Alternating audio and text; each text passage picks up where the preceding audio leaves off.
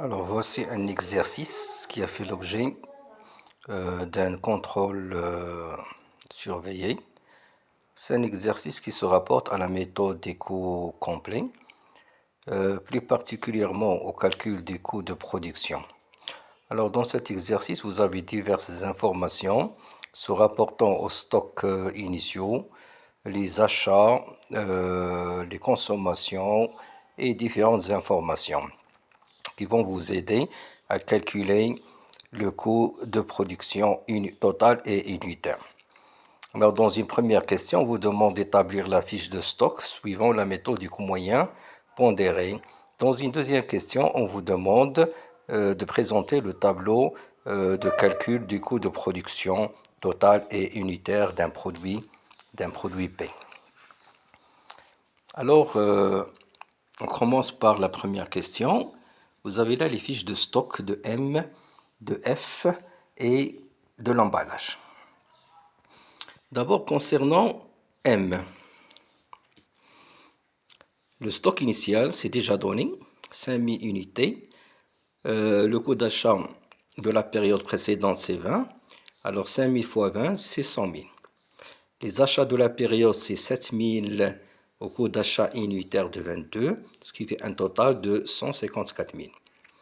La somme des entrées en quantité, la somme des entrées en valeur, ça nous permet de calculer le coût moyen pondéré. Alors le coût moyen pondéré, c'est 254 000 divisé par 12 000, soit 21,16. Ce coût moyen pondéré va nous servir à l'évaluation des consommations, les consommations de matières premières. Alors, on a consommé 9000 unités qui sera évalué au coût d'achat moyen 21,16, ce qui va donner un montant de 190 440. Pour le stock final, il n'y a aucune information qui vous permet de l'évaluer en quantité et en valeur. Pour cela, donc, on va supposer que le stock final, c'est un stock final théorique. On va mettre 12 000 total des entrées, moins les consommations, ça va donner 3 000. Les 3 000 seront évalués à 21,16, mais pour une question d'équilibre entre débit et crédit, alors 63 560 résulte de la différence entre le total des entrées en valeur, stock initial plus les achats, moins les consommations en valeur, vous allez trouver 63 560. Alors comme ça, il y a équilibre entre les entrées et les sorties avec le stock final. Le même raisonnement, il est appliqué pour le consommable F. Vous avez déjà l'information concernant le stock initial en quantité et en valeur unitaire. 30 000, donc c'est 3 000 fois 10. Les achats, c'est déjà donné, 2500 fois 12, 30 000. Total des entrées en quantité, total des entrées en valeur. Le rapport, ça permet de calculer le coût moyen pondéré. Les consommations, on a consommé 4000 de F. Cette quantité sera évaluée au coût moyen pondéré de 10,91, soit 43 640. Stock final, comme dans le cas précédent, c'est la différence entre les entrées et les consommations, en termes de quantité et en termes de valeur. Pour les emballages, le stock initial 4000, coût d'achat initial 12 000, l'entrée 3500 au coût d'achat de 2,55, soit un montant de 8 925. Total des entrées en valeur divisé par le total des entrées en quantité permet de calculer le coût moyen pondéré de 2,79. Alors on a consommé 6 000 multiplié par 2,79, 16 740. Stock final, c'est la différence entre les entrées en quantité moins la consommation, 1500. Stock final en valeur, c'est total des entrées en valeur moins la consommation en valeur, 4185.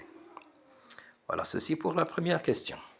Alors, dans la deuxième question, on vous demande de calculer le coût de production total et unitaire. Alors là, vous avez le tableau, quantité, le coût unitaire et le montant. On a les charges directes. Alors, les charges directes sont composées de la matière M, alors M consommée, de la fourniture F consommée, emballage et main-d'œuvre directe. Alors M, 9000, non, 190 440. Ces informations émane des fiches de stock. F consommé 4000, sa valeur en unité monétaire, et ainsi de suite.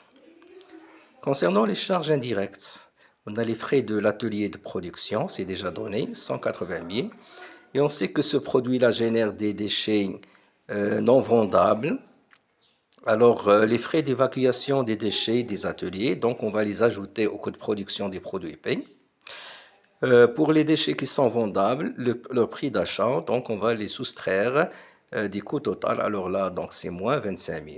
Donc je mets toujours plus les frais d'évacuation, moins les prix de vente des déchets vendables. Alors la somme de tous ces éléments-là, ça permet de calculer le coût de production total. La quantité fabriquée, c'est 6 000. En divisant le coût de production total par la quantité fabriquée, on obtient le coût de production unitaire.